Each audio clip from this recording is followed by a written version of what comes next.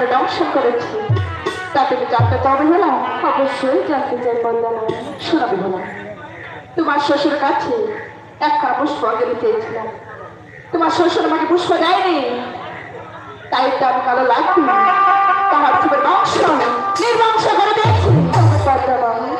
তুমি আমার স্বামীকে ভালো করে দাও, আমি আমার শ্বশুর মশাইকে বলে আমি তোমাকে পুষ্পাঞ্জলি দেবো।